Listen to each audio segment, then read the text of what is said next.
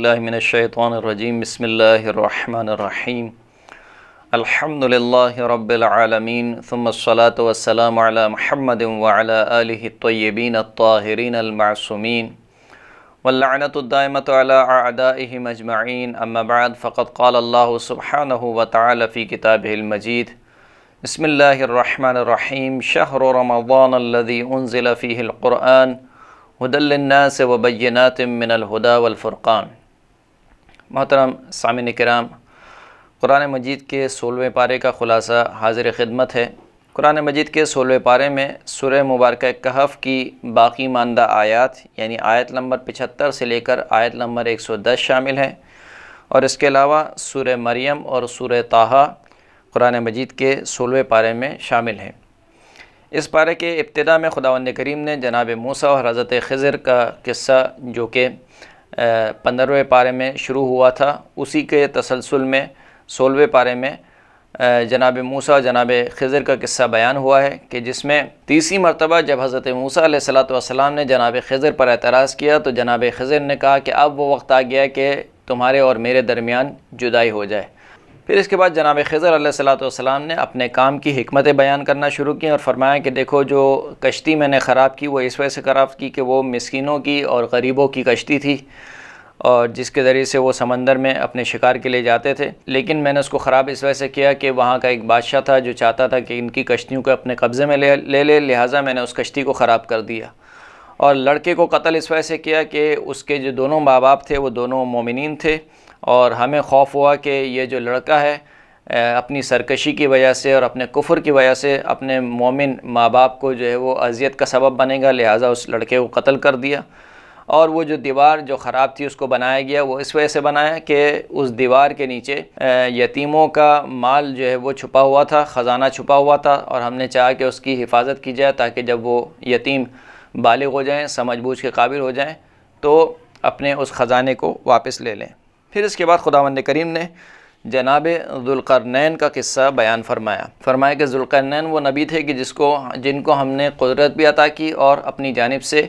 इल्म भी अता की। जनाब ज़ुल्क़रनैन ने एक सफ़र किया कि जिसको कुरान मजीद ने नक़ल किया। जनाब ज़ुल्क़रनैन ने सफ़र किया एक मरतबा मग़रिब की तरफ के जहाँ पर सूरज डूब रहा था और वहाँ पर जब जनाब ज़ुल्क़रनैन पहुँचे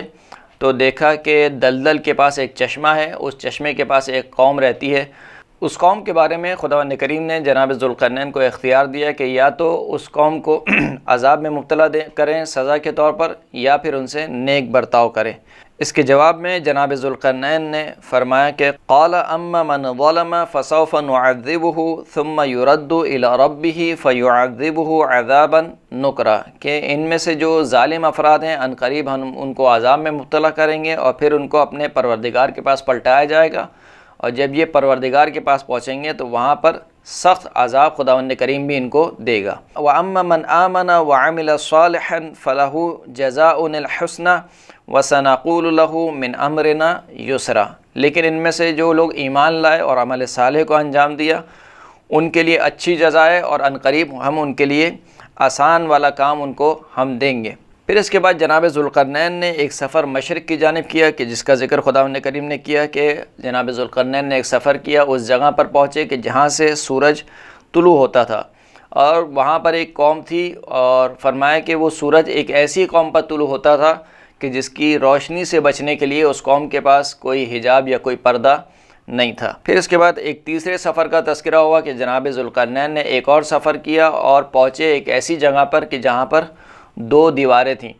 और उन 2 दीवारों के दरमियान एक कौम पाई जाती थी और जब वो उनके दरमियान पहुँचे तो उस कौम के मुतालिक खुदावंद करीम कहता है कि वो कौम वो थी कि जो कोई बात समझने वाली नहीं थी। जब जनाब ज़ुल्क़रनैन उस कौम के पास पहुँचे तो उस कौम ने कहा कि हमें याजूज और माजूज के फ़साद से बचा लें। ये जो याजूज और माजूज हैं ये ज़मीन में फ़साद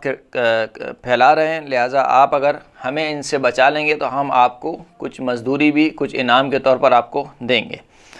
इसके जवाब में जनाब ज़ुल्क़रनैन ने इरशाद फरमाया कि क़ाल मा मक्कनी फ़ीहि रब्बी खैरुन फ़ाइनूनी बिक़ुव्वतिन अजअल बैनकुम व बैनहुम रमदा, कि जो कुछ परवरदिगार ने मुझको अता किया है, जो कुदरत और ताकत खुदावंद करीम ने मुझे अता की है, वो तुम्हारे इस माल और दौलत से बेहतर है। बस तुम एक काम करो कि मेरी क़ुव्वत के साथ मदद करो, ताकि मैं तुम्हारे दरमियान और उस याजूज और माजूज के दरमियान जो है वो एक दीवार बना सकूं। और फिर जनाब ज़ुल्क़रनैन ने हुक्म दिया कि जाओ लोहे की चादरें लेकर आओ। लोहे की चादरें मंगवाई और फिर उनको दो पहाड़ों के दरमियान लोहे की चादरें रखवा कर कहा कि आग को रोशन करो और इतना इस लोहे को जलाओ कि वो लोहा ख़ुद आग बन जाए। और फिर उसके बाद कहा कि इसके ऊपर जो है वो तांबा डालो। और फिर इस तरीके से ये लोहे और तांबे से मिलाकर एक दीवार बनाई गई, और इतनी मुहकम और मज़बूत दीवार बनाई गई कि जिसके बारे में ख़ुद खुदावंद करीम कहता है कि याजूज और माजूज ना तो उस दीवार से फलांग कर उनकी कौम के पास आ सके, उस कौम के पास आ सके, और ना ही उस दीवार में वो कोई सुराख कर सके। इसके बाद क़यामत का तज़किरा हुआ और क़यामत के दिन की हौलनाकी को बयान किया और कुफ़ार की सज़ा का ज़िक्र किया खुदावंद करीम ने। और फिर उसके बाद खुदावंद करीम ने फ़रमाया कि देखो सबसे ज़्यादा ख़सारे में कौन शख्स है। आयत नंबर 103 में खुदावंद करीम ने सवाल के तौर पर पहले सवालिया अंदाज़ में लोगों से पूछा। फिर इसके बाद खुदावंद करीम ने यह बयान फरमाया कि देखो आमाल के एतबार से इस दुनिया में सबसे ख़सारे में और नुकसान उठाने वाला कौन है। खुदावंद करीम ने फरमाया कि क़ुल हल नुनब्बिउकुम बिल अख़सरीना अमालन, ए हबीब आप इनसे कह दीजिए कि क्या हम तुम्हें ऐसे लोगों की ख़बर दें जो आमाल के एतबार से सबसे ज़्यादा ख़सारे में और नुकसान में हैं। ये कौन लोग हैं? अल्लज़ीना ज़ल्ल सअयुहुम फ़िल हयातिद दुनिया वहुम यहसबूना अन्नहुम युहसिनूना सुनआ। फरमाया कि ये वो लोग हैं कि जिनकी सही और कोशिश इस दुनिया में रायगा और बेकार चली जाएगी, और ये लोग गुमान ये करते हैं कि जो भी आमाल वो अंजाम देते हैं वो बहुत अच्छे आमाल हैं, जबकि इनके सारे के सारे आमाल रायगा चले जाएंगे। ये कौन लोग हैं? जो अल्लाह की आयत का इनकार करते हैं और अल्लाह से मुलाकात का इनकार करते हैं। बस खुदावंद करीम इनके तमाम आमाल को हफ्त कर लेगा और तमाम आमाल इनके ज़ाया हो जाएंगे। फिर उसके बाद खुदावंद करीम ने साहिबान ईमान की जज़ा बयान की कि खुदावंद करीम इनको जन्नतुल फिरदौस अता करेगा और उसमें वो हमेशा हमेशा के लिए रहेंगे। यूँ तकरीबन ये सूरह मुबारक कहफ़ ख़त्म होती है और फिर इसके बाद सूरह मुबारक मरियम का आगाज़ होता है। सूरह मुबारक मरियम की कुल 98 आयात हैं। सूरह मरियम के बारे में इमाम जाफ़र सादिक़ अलैहिस्सलातु वस्सलाम फरमाते हैं कि मन अदमना क़िराअत सूरत मरियम लम यमुत हत्ता युसीबा मा युग़नीही फ़ी नफ्सिही व मालिही व वलदिही व कान फ़िल आखिरति मिन अस्हाब ईसा इब्न मरियम व उतिया फ़िल आखिरति मिस्ल मुल्क सुलैमान इब्न दाऊद फ़िद दुनिया। फरमाते हैं कि जो शख्स भी पाबंदी के साथ सूरह मुबारक मरियम की तिलावत करता है वो उस वक्त तक नहीं मरेगा यहाँ तक कि खुदावंद करीम उसको इतना अता कर दे कि जो उसके माल में, उसके नफ्स में और उसके बेटे के लिए काफ़ी हो, यानी वो सबसे बेनियाज हो जाए। और फरमाया कि आखिरत में ऐसा शख्स जो है वो जनाब ईसा इब्न मरियम के असहाब में से होगा और खुदावंद करीम आखिरत में जनाब सुलेमान इब्न दाऊद की बादशाहत के बराबर इसको अता करेगा। इस सूरह की इब्तिदा में खुदावंद करीम ने जनाब ज़करिया का ज़िक्र करते हुए इरशाद फरमाया कि जनाब ज़करिया ने अपने परवरदिगार को पुकारा। फरमाया क़ाल रब्बी इन्नी वहनल अज़्मु मिन्नी वश्तअल अर्रअसु शैबा वलम अकुम बिदुआइका रब्बी शक़िया, कि खुदावंद करीम मेरी जो हड्डियां हैं वो कमज़ोर हो चुकी हैं और मेरा सर जो है वो बुढ़ापे के मारे मेरे सर के बाल सफ़ेद हो चुके हैं, लेकिन मैं कभी भी तुझसे दुआ करके महरूम नहीं रहा। फिर इसके बाद जनाब ज़करिया ने खुदा की बारगाह में अर्ज़ की कि व इन्नी ख़िफ़्तुल मवालिया मिन वराई व कानत इम्राअती आक़िरन फ़हबली मिन लदुनका वलिया, कि ऐ परवरदिगार मैं अपने पीछे अपने रिश्तेदारों से डरता हूँ और मेरी जो ज़ौजा है वो भी बांझ है, बस मुझे अपनी तरफ से एक वली अता फ़रमाए, यानी जो मेरे माल और दौलत का जो भी मेरी जायदाद है उसका वारिस बने। जनाब ज़करिया को खौफ हुआ अपने रिश्तेदारों से कि उनके मरने के बाद ऐसा ना हो कि उनकी जो माल व मता है, उनकी जो विरासत है, ऐसा ना हो कि उनके रिश्तेदार हड़प कर जाएँ। लिहाजा खुदावंद करीम से दुआ की कि उनको एक वारिस अता फ़रमाए। इस आयत में बेहतरीन इस्तदलाल है कि अम्बिया जो कुछ छोड़ते हैं वो उनकी औलाद को विरसे में मिलता है। ऐसा नहीं है कि अम्बिया जो कुछ छोड़ते हैं वो सदका हो जाता है, जिस तरीके से एक नज़रिए को बयान किया गया। जैसे ख़ुद जनाब ज़करिया बयान फरमाना है कि यरिथुनी व यरिथु मिन आल याक़ूब वजअलहु रब्बी रज़िया, कि मुझे एक वली अता फ़रमा, एक मेरा जानशीन अता फ़रमा जो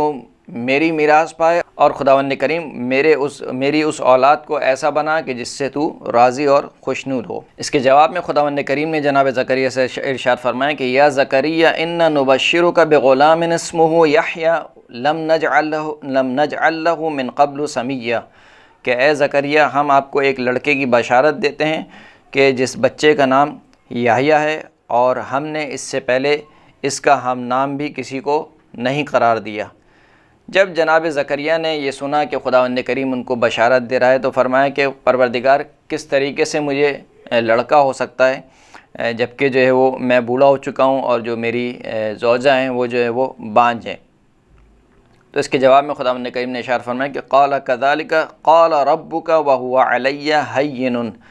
वक़द ख़लक़तुका मिन क़ब्लु वलम तकु शैआ।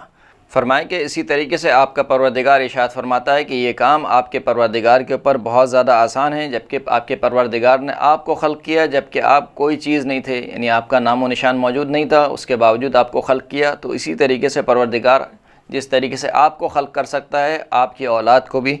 खल्क़ कर सकता है। फिर इसके बाद जनाब ज़करिया ने फरमाया कि परवरदिगार कोई निशानी मेरे लिए करार दे। तो खुदावंद करीम ने फरमाया कि निशानी यह है कि 3 दिन तक यानी 3 रातों तक आपको अपनी कौम से कोई गुफ्तगू नहीं करनी है और उनसे इशारों में गुफ्तगू करनी है। और फिर खुदावंद करीम ने जनाब ज़करिया को एक लड़का अता किया कि जिनका नाम हज़रत याहया अलैहिस्सलातु वस्सलाम था। इसके बाद खुदावंद करीम ने जनाब याहया की सिफ़ात बयान की। फरमाया कि जनाब याहया वो हैं कि जिनको हमने बचपने में नबूवत अता की और खुदावंद करीम ने उन्हें अपनी जानिब से शफ़क़त और मेहरबानी अता की। वो पाक व पाकीज़ा शख्स थे,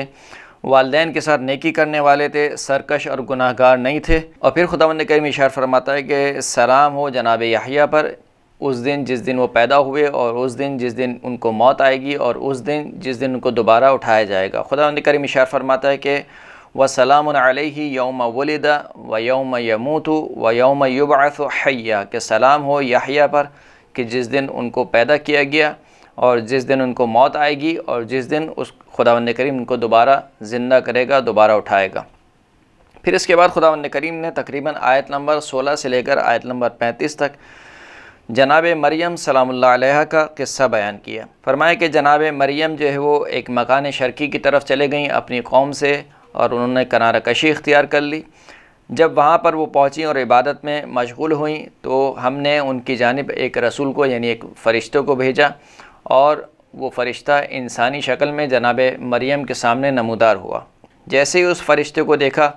तो जनाब मरियम ने कहा कि मैं तुझसे खुदाए रहमान की पनाह मांगती हूँ अगर तू मुत्तकी शख्स है। उस फ़रिश्ते ने कहा कि मैं आपके रब का भेजा हुआ हूँ ताकि मैं आपको एक पाक व पाकीज़ा लड़का अता करूँ। इसके जवाब में जनाब मरियम ने फरमाया कि क़ालत अन्ना यकूनु ली ग़ुलामुन वलम यमससनी बशरुन वलम अकु बग़िया,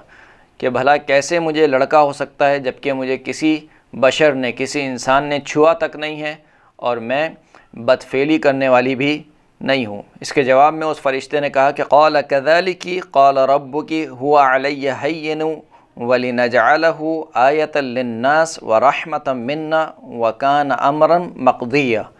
कि इसी तरीके से आपका परवरदिगार फरमाता है कि ये काम आपके परवरदिगार पर बहुत ही आसान है, और उस लड़के को खुदावंद करीम लोगों के लिए निशानी करार देगा, यानी जनाब ईसा अलैहिस्सलातु वस्सलाम को लोगों के लिए निशानी और मौजज़ा करार देगा और खुदा की जानिब से रहमत करार देगा, और ये वो काम है कि जिसका फ़ैसला हो चुका है।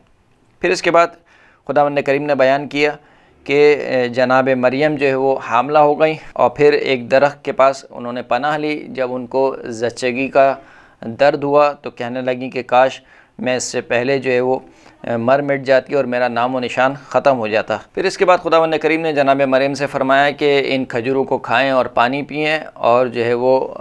अपनी कौम की तरफ जब आप जाएं तो अपनी कौम से कहें कि मैंने खुदाए रहमान के लिए रोज़े की नज़र मानी है कि मैं आज के दिन किसी से भी गुफ्तगू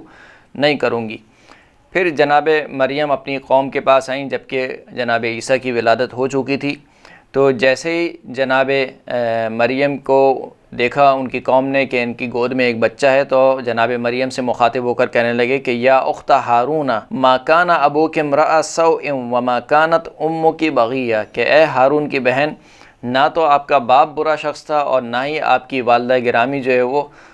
सरकश थी और किसी बदफेली की मुर्तकिब हुई। तो इस पर जनाब मरियम ने इशारा किया, फ़अशारत इलैहि क़ालू कैफ़ा नुकल्लिमु मन काना फ़िल महद सबिया। जनाब मरियम ने इशारा किया जनाब ईसा की तरफ कि इस बच्चे से पूछो। तो उनकी कौम कहने लगी कि हम कैसे इस बच्चे से गुफ्तगू कर सकते हैं जबकि ये गहवारे में अभी छोटा सा बच्चा है, दूध पीता बच्चा है। जनाब ईसा खुदावंद करीम की कुदरत से गोया हुए और फरमाया कि क़ाला इन्नी अब्दुल्लाह आतानी अल किताब वजाअलनी नबिया, कि मैं अल्लाह का बंदा हूँ, खुदावंद करीम ने मुझे किताब अता की है और मुझे नबी बनाया है। वजाअलनी मुबारकन ऐनमा कुन्तु व औसानी बिस्सलात व ज़कात मा दुम्तु हय्या, खुदावंद करीम ने मुझे बाबरकत करार दिया है जहाँ पर भी मैं हूँगा, और मुझे वसीयत की है, नसीहत की है कि मैं नमाज को कायम करूँ, ज़कात को अता करूँ, जब तक मैं ज़िंदा हूँ ये दो काम मैं करता रहूँ, और अपने वालिदैन के साथ नेकी करूँ और सरकशी इख्तियार ना करूँ। इसके बाद जनाब ईसा अलैहिस्सलातु वस्सलाम के बारे में खुदावंद करीम ने फरमाया कि ये जो ईसा इब्न मरियम है, इनका जो कौल था वो कौल बरहक है, और उसके बाद ईसाइयों के अक़ीदे की नफ़ी की और फरमाया कि मा कान लिल्लाहि अन यत्तखिज़ मिन वलदिन सुब्हानहु इज़ा क़ज़ा अमरन फ़इन्नमा यक़ूलु लहू कुन फ़यकून, कि खुदावंद करीम को ये ज़ेब नहीं देता कि वो किसी बेटे को इख्तियार करे। सुब्हानहु, वो पाक और मुनज़्ज़ह है इस बात से कि उसका कोई बेटा हो, उसकी कोई औलाद हो, और जब वो किसी अमर का इरादा कर लेता है, किसी अमर का हुक्म सादिर करता है तो कहता है कि हो जा, और वो हो जाती है। इसके बाद खुदावंद करीम ने जनाब इब्राहीम का किस्सा बयान किया, और जनाब इब्राहीम की परवरिश जो है वो उनके चचा आज़र ने की थी, और आज़र वो शख्स थे कि जो ख़ुद भी बुत परस्त थे, न सिर्फ ये कि बुत परस्त थे बल्कि ख़ुद बुत बनाते थे और बुतों को बेचते थे। जनाब इब्राहीम ने अपने चचा से कहा, इज़ क़ाल लिअबीही या अबती लिमा तअबुदु मा ला यस्मउ वला युबसिरु वला युग़नी अन्का शैआ, कि ए मेरे बाबा, यानी क्योंकि उनकी परवरिश की थी लिहाजा चचा को बाप कहकर पुकारा कि ए मेरे बाबा, आप जो है वो क्यों ऐसों की इबादत करते हैं जो ना कुछ सुन सकते हैं ना कुछ देख सकते हैं और जो आपसे किसी चीज़ को बेनियाज नहीं कर सकते। या अबती इन्नी क़द जाअनी मिनल इल्म मा लम यअतिक फत्तबिअनी अहदिका सिरातन सविया, कि ए मेरे बाबा, बेतहक़ीक़ मेरे पास वो इल्म है जो आपके पास नहीं है, बस मेरी इत्तिबा करें। अगर आप मेरी इत्तिबा करेंगे तो मैं आपको सीधे रास्ते की तरफ हिदायत करूँगा। इसके जवाब में जनाब इब्राहीम के चचा ने जवाब दिया कि क़ाल अराग़िबुन अंत अन आलिहती या इब्राहीम लइन लम तंतही लअरजुमन्नका वहजुरनी मलिया, कि ए इब्राहीम, क्या तू चाहता है कि मैं अपने माबूदों से रूगर्दानी इख्तियार करूँ, और अगर तू बाज नहीं आया तो मैं तुझे पत्थरों से मार मार के हलाक कर दूँगा, या फिर तेरे और मेरे दरमियान एक लंबी जुदाई हो जाएगी। इसके जवाब में जनाब इब्राहीम ने कहा कि आप पर सलाम हो, और मैं अनक़रीब आपके लिए अपने परवरदिगार से इस्तिग़फ़ार करूँगा। और फिर फरमाया कि मैं आपको और जिनको आप पुकारते हैं खुदावंद करीम को छोड़कर, यानी जिनकी इबादत करते हैं, मैं आपको और उन तमाम लोगों से जुदा होना चाहता हूँ, किनारा कशी इख्तियार करना चाहता हूँ। और फिर इसके बाद खुदावंद करीम ने जनाब इब्राहीम की औलाद का तज़किरा करते हुए फरमाया कि हमने इब्राहीम को इसहाक़ और याक़ूब अता किए, और हर एक को हमने नबी बनाया और उनको अपनी रहमत अता की, और उनके लिए हमने सच्ची शोहरत को करार दिया। फिर इसके बाद खुदावंद करीम ने जनाब मूसा का तज़किरा किया कि जनाब मूसा जो है वो हमारे मुखलिस बंदे थे और हमारे रसूल भी थे, नबी थे। और जनाब मूसा का तज़किरा करते हुए खुदावंद करीम ने इरशाद फरमाया कि जब जनाब मूसा को हमने तूर की जानिब से सदा दी और उनको करीब बुलाया, और उनको हमने अपनी रहमत से जो है वो उनके भाई जनाब हारून अता किए जो कि नबी थे। और फिर इसके बाद खुदावंद करीम ने जनाब इस्माइल का तज़किरा किया कि वो वादे को वफ़ा करने वाले थे, वो भी रसूल और नबी थे, और जनाब इस्माइल ने अपने अहल को नमाज की और ज़कात का हुक्म दिया, और वो अपने परवरदिगार के राज़ी और खुशनूद बंदे थे। फिर इसके बाद खुदावंद करीम ने जनाब इदरीस का ज़िक्र किया कि वो सच्चे और सिद्दीक़ भी थे और नबी भी थे, और उनको हमने बुलंद और बाला मकाम पर बुलंद कर दिया। इन अम्बिया का तज़किरा करते हुए खुदावंद करीम ने इरशाद फरमाया कि उलाइका अल्लज़ीना अनअमल्लाहु अलैहिम मिनन नबिय्यीन मिन ज़ुर्रिय्यति आदम व मिम्मन हमलना मअ नूह व मिन ज़ुर्रिय्यति इब्राहीम व इस्माईल व मिम्मन हदैना वज्तबैना इज़ा तुतला अलैहिम आयातुर रहमान खर्रु सुज्जदन व बुकिया। फरमाया कि ये तमाम वो लोग थे नबीयीन में से कि जिन पर खुदावंद करीम ने अपना इनाम किया,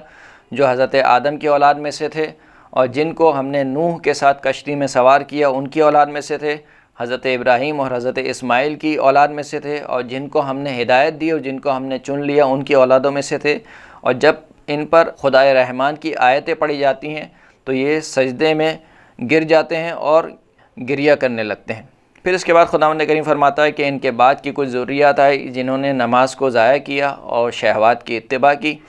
और अनकरीब वो अपने आमाल का बदला अपने सामने देखेंगे। फिर इसके बाद खुदावंद करीम ने कहा कि उनकी ज़ुर्रियत में से सिवाय उनके कि जिन्होंने तौबा की और सालेह अमल को अंजाम दिया, उनको हम जन्नत में दाखिल करेंगे और उन पर ज़र्रा बराबर भी जुल्म नहीं किया जाएगा। फिर इसके बाद खुदावंद करीम ने इंसान के दोबारा उठाए जाने का तज़किरा किया, यानी महशर का तज़किरा, कि जिसमें इंसान को इंसान की मौत के बाद, इंसान की वफ़ात के बाद जब दोबारा उठाया जाएगा, जिसको माद भी कहा जाता है। और फरमाया कि ये इंसान ताज्जुब करता है और ताज्जुब करते हुए कहता है कि जब मैं मर जाऊंगा तो क्या मुझे दोबारा उठाया जाएगा। इसके जवाब में खुदावंद करीम ने इरशाद फरमाया कि अवला यज़कुरुल इंसानु अन्ना खलक़नाहु मिन क़ब्ल वलम यकु शैआ, कि ये इंसान जो ताज्जुब कर रहा है दोबारा उठाने पे, क्या इस इंसान को याद नहीं है कि हमने इसको खल्क़ किया जबकि ये कुछ भी नहीं था, यानी इसका नाम और निशान भी मौजूद नहीं था। उस वक्त हमने इसको खल्क़ किया तो अब तो ये कुछ चीज़ मौजूद है, तो अब हम इसको दोबारा खल्क़ क्यों नहीं कर सकते हैं। फिर इसके बाद खुदावंद करीम ने बयान किया कि काफिरों पर जब हमारी आयात तिलावत की जाती हैं तो वो मोमिनीन से कहते हैं कि हम में से कौन दुनियावी एतबार से अच्छे मकाम पर है। गोया काफिर ये समझते हैं कि जिसे इस दुनिया में अच्छे मकाम, और दुनिया जिसको आता होगा इसका मतलब है कि वो सादतमंद है, यानी दुनिया जिसको आता हुई है वो सादतमंद है, और जो इस दुनिया में फ़कीर है वो जो है वो बदबख्त है। खुदावंद करीम ने इस अक़ीदे को बातिल करते हुए फरमाया कि देखो असल जो सआदत है वो उखरवी सआदत है, आखरत की सआदत है। और जब लोग वहाँ पर पहुँचेंगे खुदावंद करीम की बारगाह में, और फिर काफिर अपनी सज़ा को देखेंगे और मोमिनीन अपनी जज़ा को देखेंगे, तो वहाँ पर मालूम होगा कि असल सआदतमंद कौन शख्स है। ये दुनिया तो फ़कत एक गुज़रगाह है जो कि गुज़र जानी है। और फिर खुदावंद करीम ने इस बात की दोबारा नफ़ी की कि खुदावंद करीम पाक और मुनज़्ज़ह है कि उसका कोई बेटा हो, और इस तरीके से ये सूरह मरियम यहाँ पर इख्तिताम होती है। इसके बाद सूरह मुबारक ताहा शुरू होती है। सूरह मुबारक ताहा की 135 आयतें हैं। सूरह मुबारक ताहा के बारे में इमाम जाफ़र सादिक़ अलैहिस्सलातु वस्सलाम इरशाद फरमाते हैं कि ला तदउ क़िराअत सूरत ताहा फ़इन्नल्लाह युहिब्बुहा व युहिब्बु मन क़राअहा व मन अदमन क़िराअतहा अताहुल्लाहु यौमल क़ियामति किताबहु बियमीनिही व लम युहासिबहु बिमा अमिल फ़िल इस्लाम वउतिया फ़िल आखिरत मिनल अज्र हत्ता यरदा, कि फरमाते हैं कि देखो सूरह मुबारक ताहा की तिलावत को तर्क ना करो, क्योंकि ये वो सूरह है कि जिसको खुदावंद करीम पसंद करता है और हर उस शख्स को पसंद करता है जो इस सूरह की तिलावत करता है। बस जो शख्स भी पाबंदी के साथ इस सूरह की तिलावत करता है, खुदावंद करीम क़यामत के दिन उसका नाम है आमाल उसके सीधे हाथ में देगा, और जो काम उसने अंजाम दिए होंगे उस पर उसका मुहासिबा नहीं करेगा, और आखिरत में उसको इतना अजर दिया जाएगा कि वो खुदावंद करीम से राज़ी हो जाए। सूरह मुबारक ताहा की इब्तिदाई आयत में खुदावंद करीम ने कुरान मजीद के नुज़ूल का मकसद बयान किया कि हमने ये कुरान इसलिए नाजिल नहीं किया कि आप मुशक्क़त में आ जाएं, बल्कि हमने ये कुरान इसलिए नाजिल किया कि खुदावंद करीम इस कुरान को नसीहत करार देने वाला है उस शख्स के लिए जो परवरदिगार से डरता है, परवरदिगार के अज़ाब से डरता है। फिर इसके बाद खुदावंद करीम ने अपनी तौहीद को बयान किया, और अपनी तौहीद को बयान करते हुए जनाब मूसा अलैहिस्सलातु वस्सलाम के किस्से को बयान किया कि जब जनाब मूसा ने एक आग को जलता हुआ देखा तो अपने अहल से कहा, यानी अपनी ज़ौजा से कहा कि तुम यहीं पर ठहरो और मैं जो है वो आग के पास जाता हूँ और आग कुछ लेकर आता हूँ कि शायद हमें उस आग से कुछ हिदायत मिल सके। और जब जनाब मूसा उस आग के पास गए तो जनाब मूसा को निदा दी गई, और खुदावंद करीम जनाब मूसा से मुखातिब हुआ और फरमाया कि इन्नी अना रब्बुका फ़ख़्लअ अलैक इन्नका बिलवादिल मुक़द्दस तुवा, कि ए मूसा बेहतहक़ीक़ मैं तेरा परवरदिगार हूँ, अपनी चप्पलों को उतार दो क्योंकि आप एक मुक़द्दस वादी जिसका नाम तुवा है वहाँ पर दाखिल हो चुके हैं। फिर फरमाया कि मैंने आपको चुन लिया है, बस जो मैं आपकी तरफ वही कर रहा हूँ उसको आप गौर से सुने। यानी हज़रत मूसा की बेअसत का तज़किरा हुआ, और फरमाया कि नमाज को कायम करें और क़यामत जो है वो अनकरीब आने वाली है जिसमें कोई शक और शुबा नहीं है। फिर फिर इसके बाद खुदावंद करीम ने जनाब मूसा के मौज़ों का तज़किरा किया कि जब खुदावंद करीम ने पूछा कि ए मूसा ये तुम्हारे हाथ में क्या है, तो जनाब मूसा ने कहा कि ये आसा है कि जिससे मैं टेक भी लगाता हूँ, जिससे मैं अपनी बकरियाँ भी चराता हूँ और जिससे मैं और बहुत सारे काम करता हूँ। तो जनाब खुदावंद करीम ने कहा कि इस आसा को ज़मीन पर फेंकिए। जैसे ही ज़मीन पर फेंका तो वो अजदहा बन गया। और फिर इसके बाद दूसरे मौज़े का जिक्र हुआ जिसको यद बैज़ा कहा जाता है, यानी नूरानी हाथ का तज़किरा हुआ। फिर इसके बाद खुदावंद करीम ने कहा कि तुम जो है वो फ़िरौन की तरफ जाओ, क्योंकि फ़िरौन जो है वो सरकश हो चुका है। जब जनाब मूसा को फ़िरौन की जानिब जाने का हुक्म दिया तो फिर हज़रत मूसा ने दुआ की, जो कि मशहूर दुआ है, आप सुनते रहते हैं कि रब्बि इश्रह ली सदरी व यस्सिर ली अमरी वहलुल उक़दतम मिन लिसानी यफ़क़हू क़ौली, के परवरदिगार मेरे सीने को कुशादा कर दे, मेरे काम को आसान कर दे, मेरी ज़बान की गिराह को खोल दे ताकि वो मेरे कौल को सुन सके, समझ सकें, और मेरे अहल में से मेरे लिए एक वज़ीर करार दे जो कि मेरा भाई हारून है, और उसके ज़रिए से मेरी कमर को महकम कर कि वो मेरे काम में मेरा शरीक हो। खुदावंद करीम ने कहा कि ए मूसा, हमने तुम्हारी इस दुआ को कबूल कर दिया। और फिर खुदावंद करीम ने हज़रत मूसा को उनका बचपना याद दिलाया कि देखो, जब मूसा बच्चों को ज़िबह कर रहा था तो हमने तुम्हारी माँ की तरफ वही की थी कि वो तुम्हें एक ताबूत में बंद करके समंदर में छोड़ दे, और तुम्हारी माँ ने तुम्हें ताबूत में बंद करके समंदर में छोड़ दिया, और फ़िरऔन के दरबार में फिर तुम्हारी परवरिश हुई। यहाँ तक कि जनाब मूसा की वालदा की जो बहन थी, उन्होंने जब वो दरबार में पहुँची और जनाब मूसा किसी दाई का दूध नहीं पीते थे, तो उन्होंने कहा कि मैं एक ऐसी औरत को जानती हूँ जिसका दूध जनाब मूसा पीना चाहेंगे, और फिर यूँ इस तरीके से हमने दोबारा तुम्हें तुम्हारी माँ की तरफ पलटा दिया। फिर उसके बाद दोबारा खुदावंद करीम ने हज़रत मूसा और हज़रत हारून को हुक्म दिया कि वो फ़िरऔन के पास जाएं कि वो सरकश हो चुका है। जनाब मूसा जनाब हारून ने कहा कि हमें खौफ महसूस होता है। कहा नहीं, खौफ नहीं करो, मैं तुम्हारे साथ हूँ, सुन भी रहा हूँ और तुम्हें देख भी रहा हूँ। और देखो, जब फ़िरऔन के पास जाना, फ़क़ूला लहू क़ौलन लय्यिना लअल्लहु यतज़क्करु औ यख़्शा, जब फ़िरऔन के पास जाना तो उससे नर्म लहजे में गुफ्तगू करना कि शायद वो मुतज़क्किर हो जाए और खौफज़दा हो जाए। जनाब मूसा जनाब हारून फ़िरऔन के दरबार में पहुँचे और उसको तौहीद की तरफ दावत दी। तो फ़िरऔन ने कहा कि ए मूसा, तुम दोनों का रब तुम कौन है, यानी जनाब मूसा जनाब हारून, तुम दोनों का रब कौन है। तो जनाब मूसा ने इरशाद फरमाया, क़ाला रब्बुना अल्लज़ी अअता कुल्ला शैइन ख़ल्क़हु सुम्मा हदा, हमारा परवरदिगार वो है कि जिसने हर शय को खिलकत अता की है और फिर उसकी हिदायत की है। फिर उसके बाद वो पूरा वाक़या पेश आया। फ़िरऔन जो है वो जिराह करने लगा, और फिर जनाब मूसा ने फ़िरऔन के दरबार में अपने मौज़े दिखाए, आसा का मौज़ा दिखाया, यद बैज़ा दिखाया, और फिर वो जादूगरों का पूरा वाक़या जो आप सुनते रहते हैं वो पेश आया। जादूगर ईमान ले आए जनाब मूसा पर, जनाब मूसा जनाब हारून पर ईमान लेकर आ गए। और फिर उसके बाद फ़िरऔन ने जादूगरों की सरज़निश की और जादूगर अपने ईमान से पीछे नहीं हटे। फिर उसके बाद खुदावंद करीम ने फरमाया कि हमने मूसा और उसकी कौम को फ़िरऔन से नजात दी, यानी बनी इसराइल को फ़िरऔन से नजात दी। लेकिन जब जनाब मूसा कोहे तूर पर पहुँचे खुदावंद करीम से राज व नियाज़ के लिए और अपनी कौम को पीछे छोड़कर आ गए, तो खुदावंद करीम ने कहा कि तुम अपनी कौम से क्यों जल्दी आ गए हो। तो फरमाया कि ताकि तू राज़ी हो जा। तो उस वक्त खुदावंद करीम ने फरमाया कि जो तुम्हारी कौम है वो गौसाले की परस्तिश में मुब्तला हो गई है, यानी सामरी कि जिसने एक गौसाला बनाया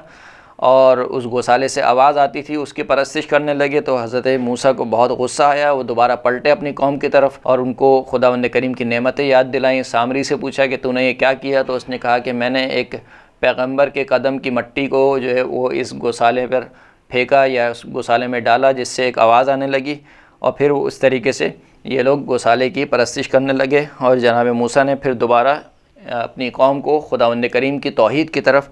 दावत दी। इसके बाद खुदावंद करीम ने क़यामत का तज़किरा किया, और क़यामत का तज़किरा करते हुए फरमाया कि उस दिन किसी की शफ़ाअत कोई काम नहीं आएगी मगर जिसको खुदाए रहमान ने इजाज़त दी हो। फरमाया कि यौमइज़िन ला तनफ़उ शफ़ाअतु इल्ला मन अज़िन लहुर रहमान व रज़िय लहू क़ौला, कि उस दिन किसी की शफ़ाअत कोई फ़ायदा नहीं देगी सिवाय उसके कि जिसके लिए खुदाए रहमान ने इजाज़त दी हो और जिसके कौल से खुदाए रहमान राज़ी हो। और फिर इसके बाद खुदावंद करीम ने दोबारा जनाब आदम और इबलीस का किस्सा बयान किया, इबलीस की नाफरमानी बयान की, और जनाब इब्राहिम के तर्क औला का ज़िक्र हुआ। और इस किस्से को खुदावंद करीम ने बनी नौ आदम के लिए इबरत के तौर पर पेश किया, और यूँ तकरीबन इस पारे का इख्तिताम होता है। व आखिर दावाना अनिल हम्दुलिल्लाहि रब्बिल आलमीन।